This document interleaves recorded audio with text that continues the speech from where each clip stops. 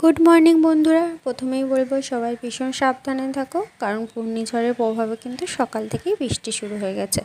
আর এইদিকে মা পুজো দিয়ে দিচ্ছিল দুপুরবেলা, আর আমি লাঞ্চের জন্য তৈরি করেছিলাম একটু চিকেন কষা। আর এই ফার্স্ট টাইম আমি বাড়িতে একটু ফ্রাইড রাইস ট্রাই করছিলাম।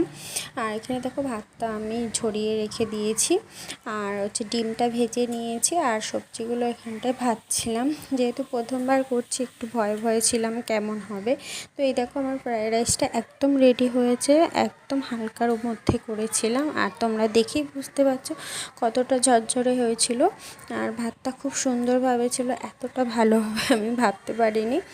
আর সন্ধেবেলা তারপরে আমি আজকে পড়তে বসিয়ে দিয়েছিলাম। আর আবারও বলবো বন্ধুরা, সবাই খুব সাবধানে থেকো, আর প্রয়োজন ছাড়া বাড়ির বাইরে বেরিও না।